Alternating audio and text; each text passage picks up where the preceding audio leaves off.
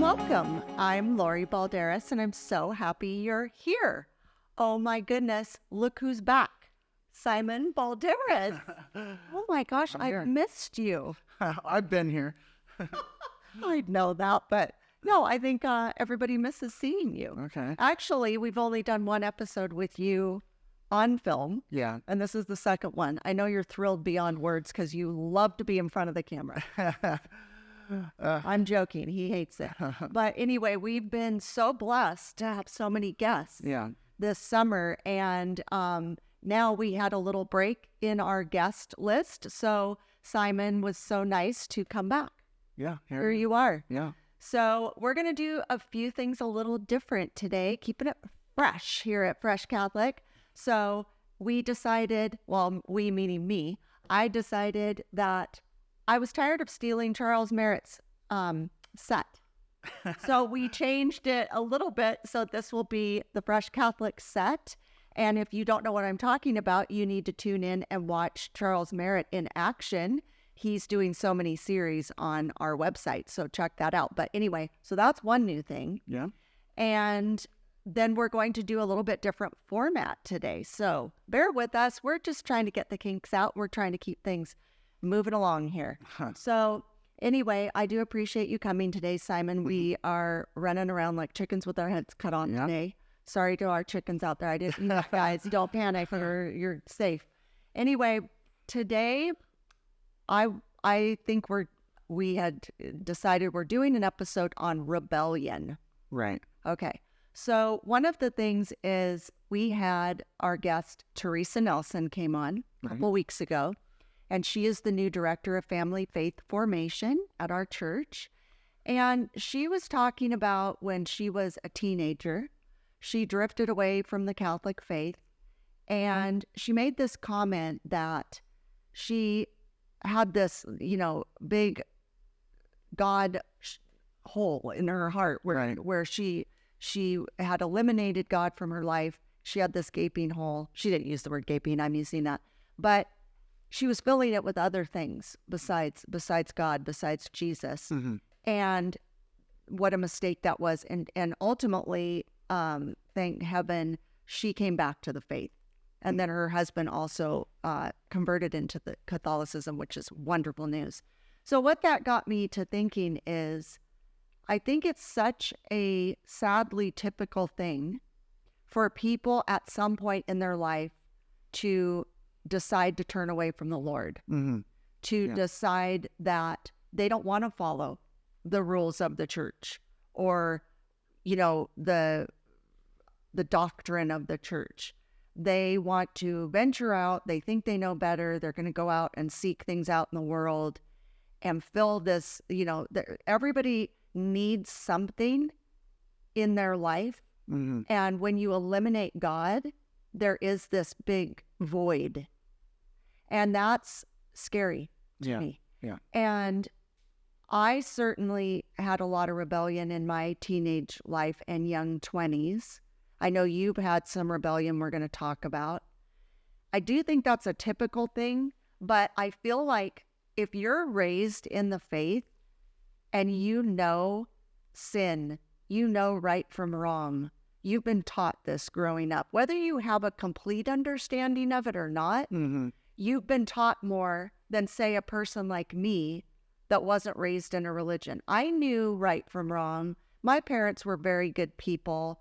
They certainly taught me, not to lie, cheat, and steal. I did it anyway. But they taught me those things. But I didn't have that major Jesus compass. Right. I didn't have a really good idea of what sin was. I didn't know if I did sin that I could go to confession. That wasn't accessible to me. Right. That's true. And so for the people that are Catholic, raised Catholic, even who are now Catholic converted like myself, I don't want to be a rebel anymore.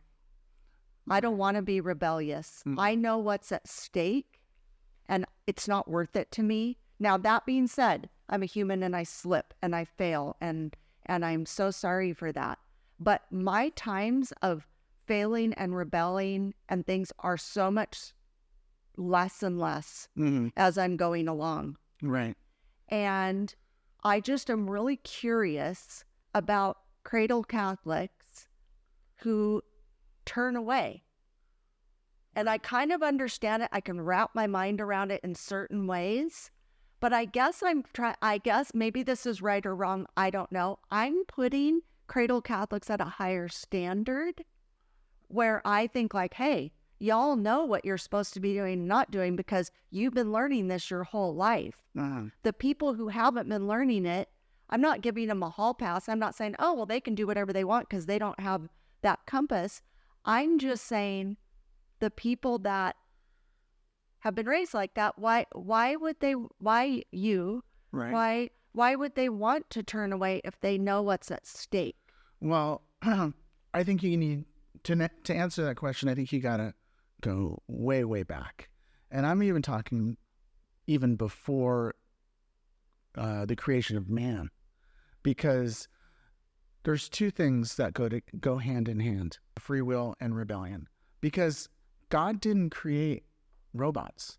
He didn't create creatures so that they can do everything that he wanted. He wanted to have a relationship, a loving relationship. And as you know, you can't have a loving relationship with a robot, right? Because it's just doing what you program it to. Well, okay. No, I'm kidding. I'm kidding. Yeah. I mean, yeah. So in order for that to occur, in order to have that loving relationship, you have to give a person the choice. That's so true. And, even God's holy creatures that he created rebelled in heaven before he created the earth. Right. So what happened is they all fell. They all turned away from Christ. And you're referring to like the angels. The angels. Right.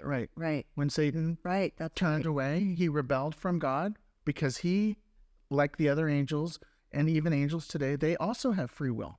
Right. And so he chose at that time to turn away from God, and he brought a third of the angels with him. Right. I mean, he's the king of the rebels. Right. He's the king of the rebels. Yeah.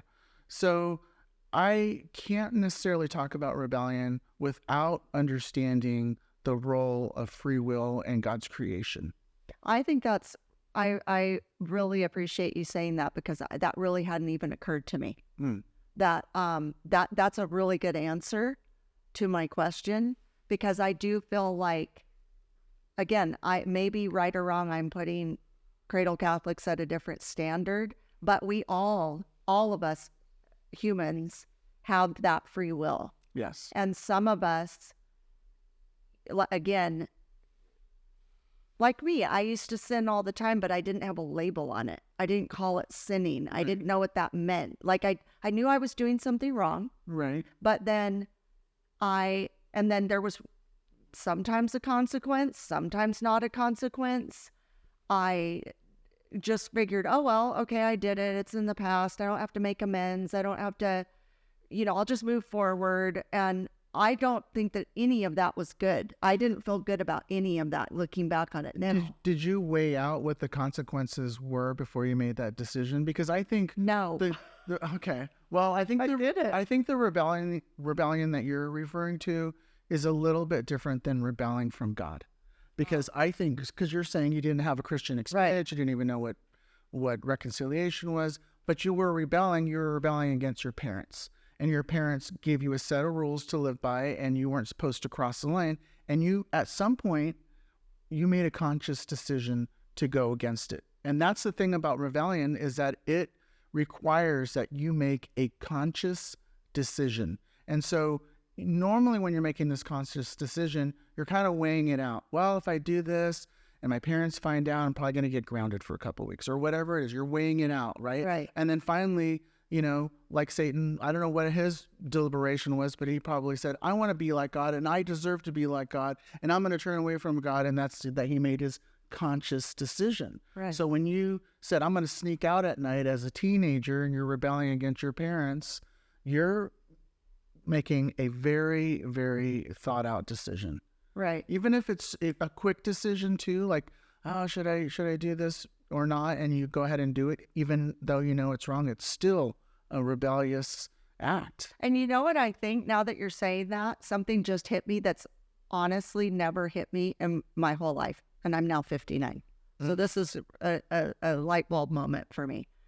So you're saying, you know, I was rebelling against my parents, and you're using that as a generality for people who are rebelling. Typically, teenagers rebel against their parents or the rules or the system, right? Right. Well, it just occurred to me, I wasn't really rebelling against my parents. You know who I was rebelling against? Who? Myself. Okay. Why? Because you Which is deep. But I am thinking that when you were saying, did you, you know, have this process of like, well, I know if I do this, it's going to be wrong, and I'm going against my parents, and I'm just going to do it anyway. What's interesting is I never really had that thought in my head that I was defying my parents. I think I was trying to do my rebellion for other reasons. I have a feeling it had to do with, and this is a little bit having to do with my parents, but had to do more with rebelling against that other things were getting more attention, and I was trying to get attention from them, good or bad attention. And I wasn't like going, oh, I know this is going to be wrong and I'm going to get in trouble. I never thought in those terms. But what ended up happening was they weren't as upset with me as I was upset with me. Yeah. And these things I did were like these very odd, short-lived things I was doing wrong. Once I got caught, I didn't keep doing it. Yeah. Like it would be like, oh, I got caught and now I don't want to do that because, boy, my parents are sad and disappointed. Right. And it was more about that. And so I agree with what you're saying, except for, and I can see how that's a thing with kids and their parents. It's like, oh, parents or teachers or whatever. Oh, I don't want to do that because it's a rule and I'm just not going to do that. And I know best and they don't know anything about me and whatever. But I do feel like it ended up hurting me so badly, and it just stacked up. Like, again, I kind of didn't continue the bad behavior. It just turned into a different bad behavior. Right. And they all just kind of stacked up. And ultimately, I made the decision of, I don't want to have that lifestyle anymore. Right. And then it moved into another phase where I did other stupid things. But again, more, for some reason, more to go after myself. I don't think that's an odd thing because, you know, I know we didn't have a whole lot of time to prep, at least I didn't, for this topic. And when the little time that I had to research, which was 10 or 15 minutes, honestly, looking through stuff, I'm kind of a researcher type of person. So one of the reasons people rebel, which is really a top reason, is they rebel because they want to gain the favor of others. They want to be liked more. They want to look a certain way. And to them, the trade-off of doing something wrong to achieve that is worth it. And maybe deep down inside, you want others to look at you a certain way or think about you Just a certain my way. parents. Or your parents. Okay. Yeah. Or sometimes it's a boyfriend or a girlfriend or what have you that you want to gain favor with them so that you will do things like that. You will make those bad decisions. Right. Yeah. Right. So I do feel like, again, I didn't have a real, what I consider a compass now, because now I am very cautious and hesitant to do anything rebellious. First of all, I'm not a risk taker, and I'm not really a rebel in those terms. Like to me, when you think of rebels, you know, you think of people that are very dangerous and careless and, you know, they're rebelling. I always imagine it as a violent sort of yelling, violent, that sort of thing. And I've had my yelling, violent moments. Don't get me wrong, but I definitely don't want to be rebellious, and I don't like to go against the grain, typically. But I also do like to be strong and not cave to things.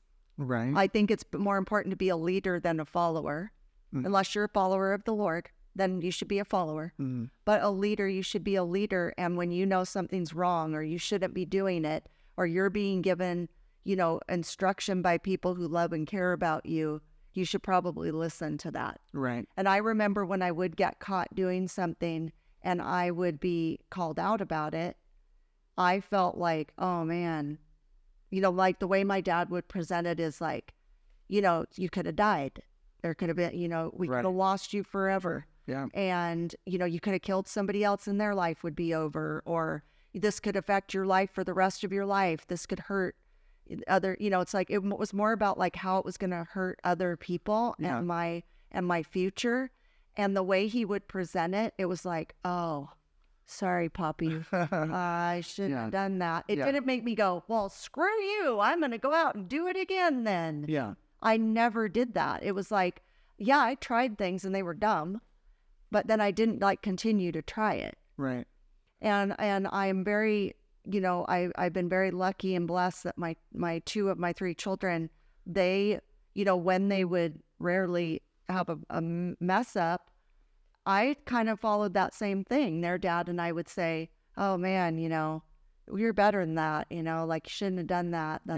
And they were very rare in what they were doing. And I know that's not typical, but on their brother, on the other hand, he gave us a run for our money, for sure. So I'm glad that they gave us a little reprieve, those other two. Yeah. But I know. Let me ask you this. When your kids did that, was it a hurt to you? Did they hurt you? When they would rebel? When they would rebel. Well, I can literally remember only 2 times Kaylee did that.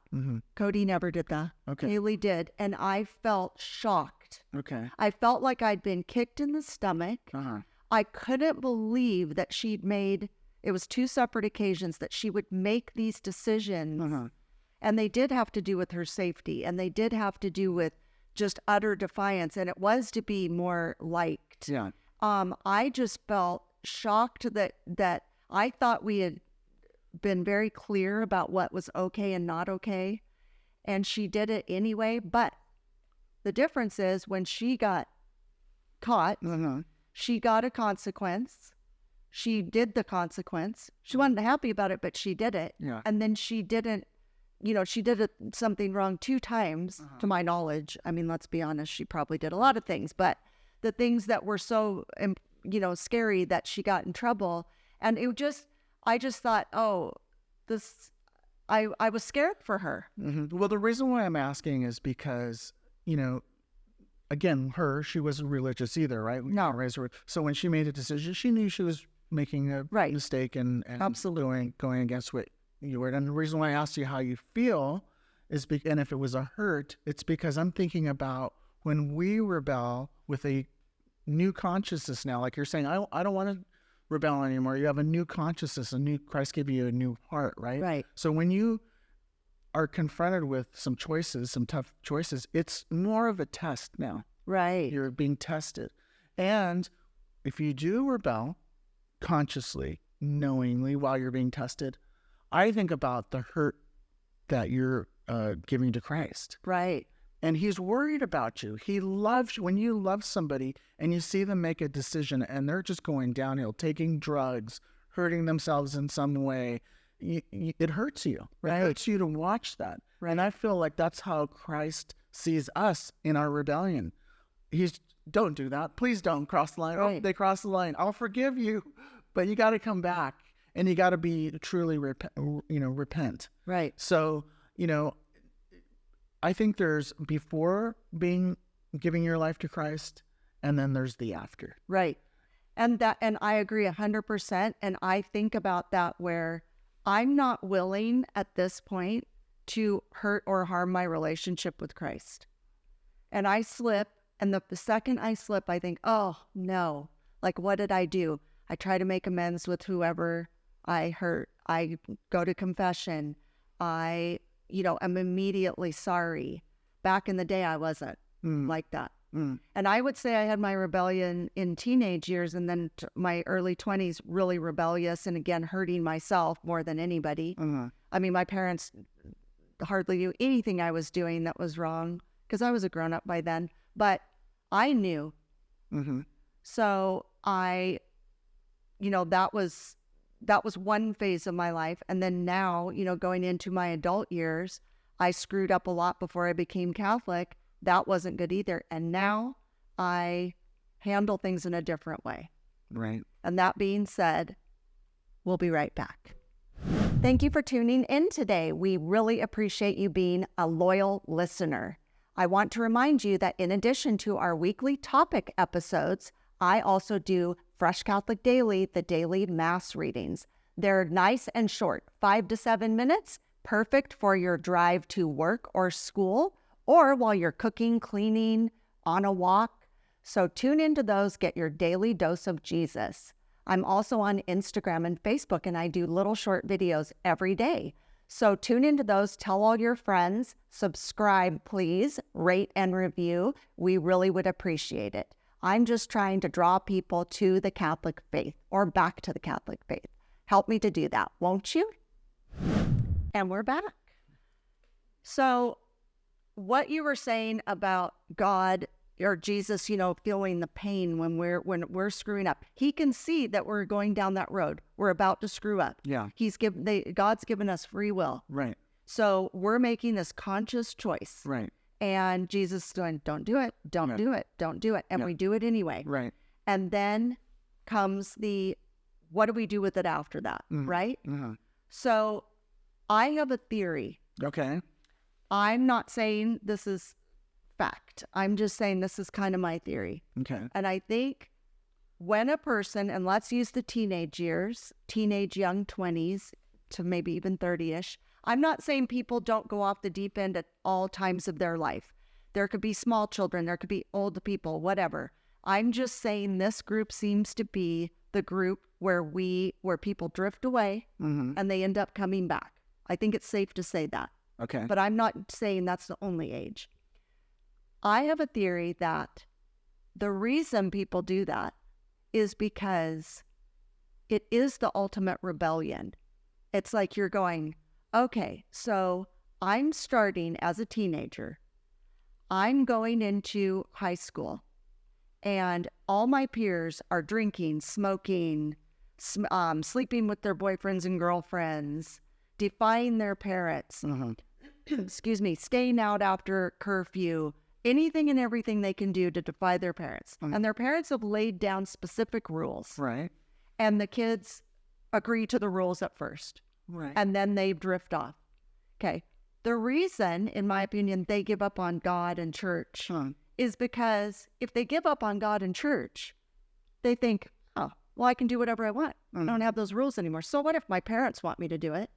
My parents I don't go to confession with my parents.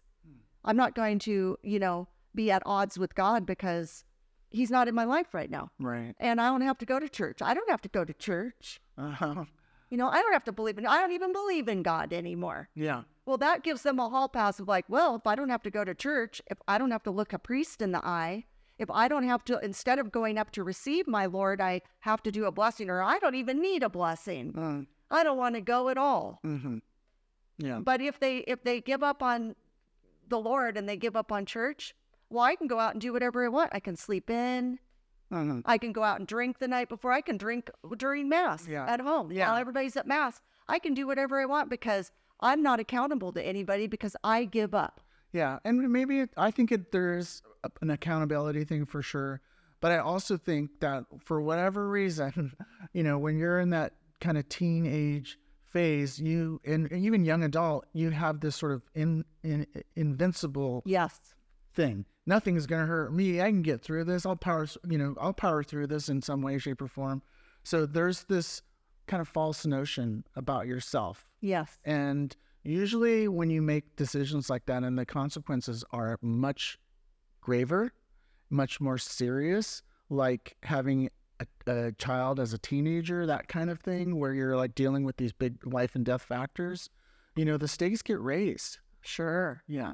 But I just think that they kind of think, oh, well, when you're a young child and your parents tell you, do not run out in the street. It's a rule. They tell you why. You're going to get hit by a car. You might die. We would be so sad. Our life would be devastated. Right.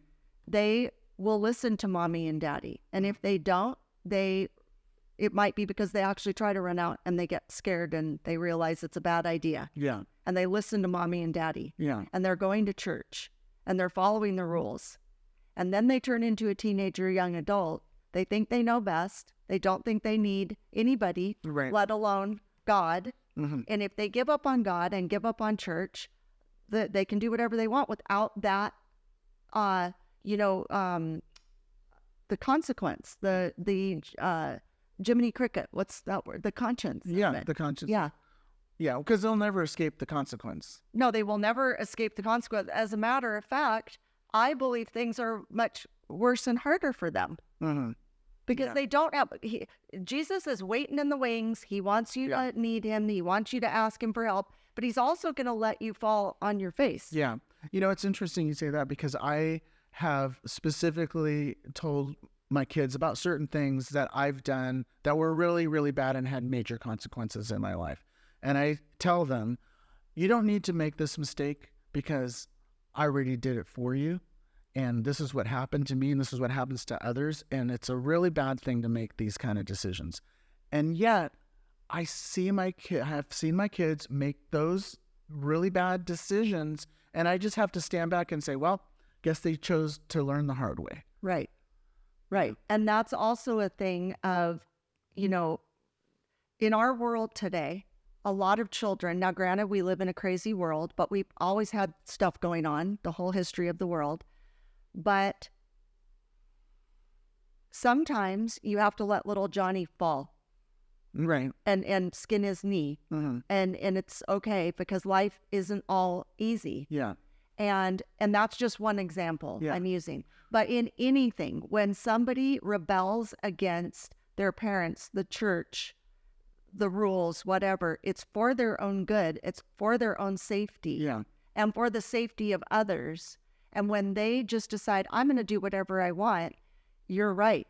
Then it is just like Jesus going, come on, guys. Yeah. And I've given you what you need to do, and you're doing it anyway. And he very sadly is watching us do it. Mm-hmm. But he is there, much like we are when our children have done something and we're not happy with them.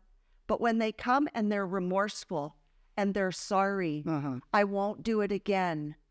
You welcome them with loving arms that of course you're going to accept them back. But we have to remember, and this is something, again, take it or leave it, people. But if your children are continually doing the same things over and over and over with no regard to you, the church, the Lord, don't instantly welcome them back and say, oh, it's fine. Everything's great. I am so happy that you're drinking and driving and having premarital sex without birth control. I think that's great. I love you. Good job. Yeah. That's not right. It's not right. And it's even actually worse for the parent or the guardian or whoever when you make the further decision to bail them out. Right. When somebody does something really wrong at school and there's a consequence at school, and then you go in as a parent and try to bail them out and justify the situation, that's even more damage. Right. And your kid is going to have more rebellion. They're going to do it again. Right. And, as we've said, my oldest son, he had mental issues, lots of brushes with the law due to that, and lots of trouble in school. And it would depend on the situation. He got in trouble when I thought it was warranted. I stuck up for him when I thought it was warranted. Mm-hmm. But he had the factor of the mental illness. I'm not saying that justifies everything he did, but I certainly let him get in trouble. Mm-hmm. And I know on the opposite side, like you say, when somebody bails out their kids too much and says, oh, my child would never do that. Guess what? They probably are. They probably are doing it. And you know what? It's a humbling thing. Yeah. I've had to say to people, I'm so sorry. My son did that. Yeah. It didn't, like he would suffer, trust me, he suffered consequences. And so I agree with you. We can be welcoming back to our children. I'm just saying when they are really off the rails, mm-hmm.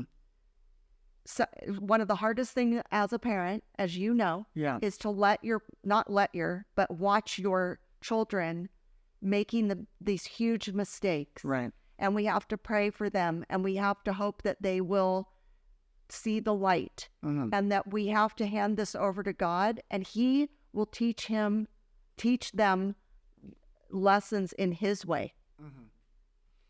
Yeah. So with that being said, we're going to take another break. Be right back. Have you been to freshcatholic.com yet? Our website? Oh my goodness, if you haven't, make sure you go there right after I'm done here.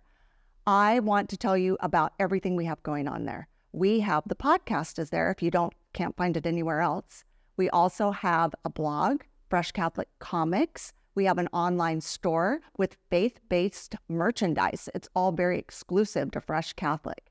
We also have coffee that we're selling. Coffee, can you imagine? Fresh Catholic coffee, 17 flavors. It's roasted and shipped on the same day. You can save some for yourself, give it as a gift. It helps us out with our mission.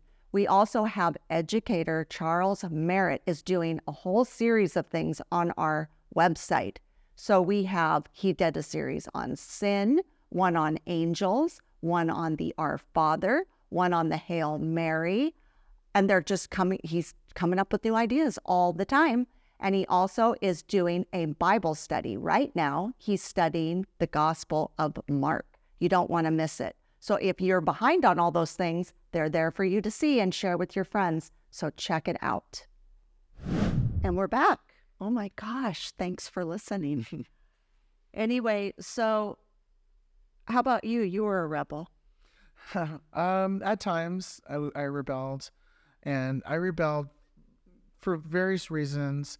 I think probably the most damaging type of rebellion, and it's taken me years to kind of unravel this reason, but I would do things knowingly that there's going to be big consequences, and I knew I'm hurting myself.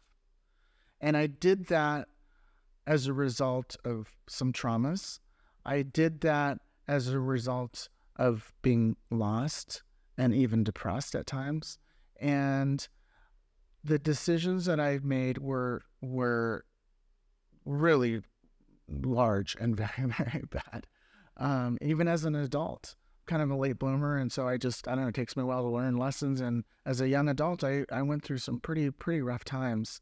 And I found myself literally wandering the earth alone.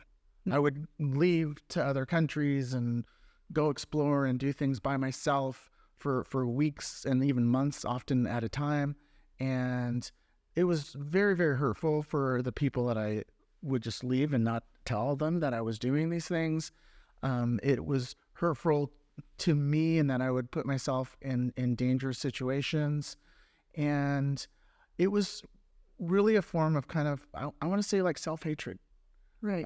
That's how I felt. That's what I guess I was saying earlier about my situation it was a self-hatred thing. I wasn't rebelling against my parents as much as I was rebelling against myself. Yeah. Right. Yeah. Right. So that's how you worded it great. That's how I felt, Phil. Yeah. And the lessons that I learned from it, when I was out, wandering the earth, and so I did, really receive a lot of great insights, especially, living in other cultures and so forth.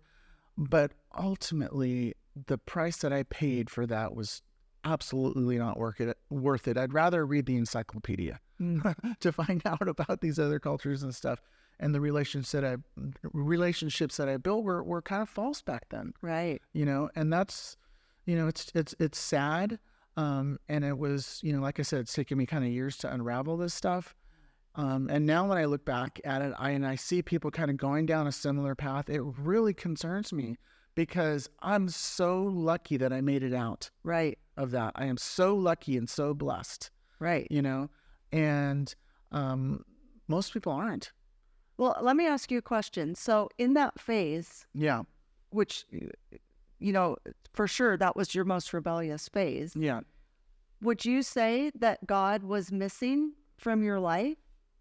No, he was absolutely not missing. He wasn't? No. You had him completely in your life in that phase? No, I'll tell you exactly where I was. I was running from him. I was running as fast as I could in the other direction. I knew he wanted me back. He wanted me to, go to his arms and stuff. I just didn't feel like I was worthy. Right, but I guess that's what I'm saying. You weren't actively going to church and feeling, close to the Lord. You were running from him. I was running from him. Close to him. I felt separated from him. Right. And I was on the outside kind of looking in. I knew what the truth was, I knew that he was the way, the light, The way, the truth, and the life. yeah, I knew that. But I was so, I guess, deep in sin, Right. deep in rebellion, that I just couldn't claw my way out of it. Right. And it was, it's really tragic. I mean, I learned some huge lessons, and it was just, but the price just wasn't worth it. It really wasn't. Well, and that's interesting you say that, because see, that goes back to how we started this episode, talking about the gaping hole. Right. So you were filling that gaping hole with other things. Yes. You're running from the Lord instead of to him. Yes. But he's still there. He doesn't want to give up on you. You're giving up on him. And you're thinking, oh, I don't need him. I'm going to fill it up with all this sin, all this sinful behavior, all these sinful things. Yeah. Because those are going to be what the key is. Right. And this is what I'm talking about. This is what people are going through. Yeah. They are eliminating the Lord. He's being taken out of many parts of our life. And people think, oh, I don't really need him. I can handle, because I'm in charge of me. And I'm in charge of my body, my choice.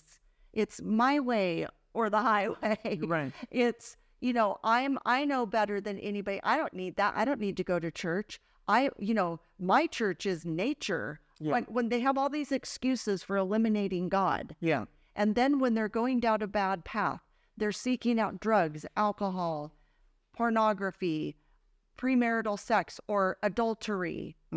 All these sins. Yeah. And then they don't want that accountability. And you know what's so sad is people, in my opinion, people who turn away from the Lord, obviously there's something really terribly wrong. It's something that's happened to them. Right. Like in your situation, something terribly wrong happened in order for you to think that you didn't need the Lord and you were going to gear your life towards these other things. I think that is a lot of people's story. Yeah. Yeah. Because mine, you and I have talked about this in another episode. I have a feeling I had some sexual abuse that I'm not aware of, because my life definitely shifted at a certain point. And that's what began my rebellious phase. I feel it wasn't a typical rebellious phase. I think there's kind of a typical low-key, simmering under the surface defiance. And then there's the over-the-top, blatant, all the time, no remorse, no regret, in your face, I'm going to do it again. I don't care. It doesn't matter what you think, that sort of thing. Right. That's a different set of circumstances. And I think those people who have that attitude have something that seriously has hurt and harmed them. Yeah. And they're blaming God when actually it's a worldly thing that has hurt them. Yeah. Yeah, it is. And they're instead of getting help for it or admitting, oh my gosh, this, that's how I figured out a bunch of things in therapy. I was blaming all sorts of things and people when ultimately I figured out what and who to blame. Yeah. Or who to put that on, and to seek out the Lord to save me. And so that's what we have to pray for, is these people will want to go back to having Jesus fill up that hole. Right. Yes, I see that really clearly. And I also want to say those people who are currently living or were living in the past, like I was living, really separated from God, but knowing consciously that, God's there, I just need to make a decision. For me, and I think for most people, they have to reach a point of complete brokenness. Right. Complete brokenness. I see a lot of broken people, and they're so ripe and ready to receive Christ. They're so ready. Right. Because they're at their wits' end. And, sometimes to be broken, you've heard this term rock bottom. You got to hit rock bottom before you, make any kind of change. Some people's rock bottom is very, very low. Right. Very, very deep. And, I feel for them because, some people have to reach a point where it's like almost near death. Right. And they have to die to themselves. That is 100% true. Yeah. Yeah. And that, the hope is that Christ is always there with his hand stretched out. Right. In an instant, when I reached that point of brokenness, when I reached out to Christ's hand, he was there. Right. He's just waiting. Yeah. And that's the good news of all of this, Yeah. in my opinion, Yeah. because we are living in such a dreadful time of our world right now. And there's so much, angst and sin. It's very Sodom and Gomorrah like. I think about that all the time. And it's hard to not lose hope. And it's hard to not, have despair. It's really hard to not have that. Yeah. We're all at such odds. And, I pray for peace every day. Peace in my family, peace in my marriage, peace in the world. And we have to keep praying. God is listening. We have to keep praying. But we also can't just keep sinning. We can't just keep making these same mistakes over and over and over. And I'll tell you what, nothing's going to fill that hole but Jesus Christ, our Lord and Savior. Right. He's it. And I just pray that people will come to that sooner rather than later in their life. Yeah. Because I know that I just look back on my life and the things that I messed up on. I regret them. I'm glad I'm through them. I'm glad I made it. Like you said, I mean, we both could have died with the crazy things we were doing. And I just want to do better. I really pray that others will want the same thing. And, just nothing's going to fill that hole. Nothing's going to fill the hole. And when you say the hole, I just have this visual of a hole, like a puzzle piece hole. It's a very unique puzzle piece that only can fit Christ. Right. Nothing else will fit in there. No. You can try. Right. You can try to force a bunch of stuff in there. And some things might give you some temporary relief or false relief or something, but nothing's going to be as complete. Right. And imagine visually what Simon's saying, a puzzle. We've all done puzzles, and you get to that point and you have the puzzle and it's basically done. And then there's that gaping hole. Yeah. And it's so distressful. And it's like, well, for heaven's sakes, we've been working on this puzzle all summer and there's this big gaping hole and nothing's going to fill it. You try let's pull out other puzzles. Let's see if we can fit that space. No, it's not going to work. And so, but how do you feel when you finally find the piece? You put it in. Yeah. Hallelujah. Yeah. Peace, accomplishment. Yes. Yeah. And you feel so much better. And it's it. Yeah. And, that's the thing is we have to come to that. We have to hope and pray that people who are lost, people who are being defiant, who are being rebellious, we have to pray that they will find that missing puzzle piece, which is Jesus. Yeah. And if you have that puzzle piece and you see these people who obviously have this missing piece, it's now our responsibility to at least make the offer. Right. Come to Mass with me. You might learn something about yourself. Or, start out with, as we give a lot of things to homeless people when we see them, food and so forth, things that they need. Anything to help, to show them love. Right. Right. So on that note, I think that's a good spot to end. Okay. Do you? Are we good? Yeah. All right. Well, thanks for coming today. And I hope this helps. I mean, don't be a rebel. If you are, make it short-lived. And don't die and don't kill anybody in the process. Okay. Well, thank you. Love you. Bye.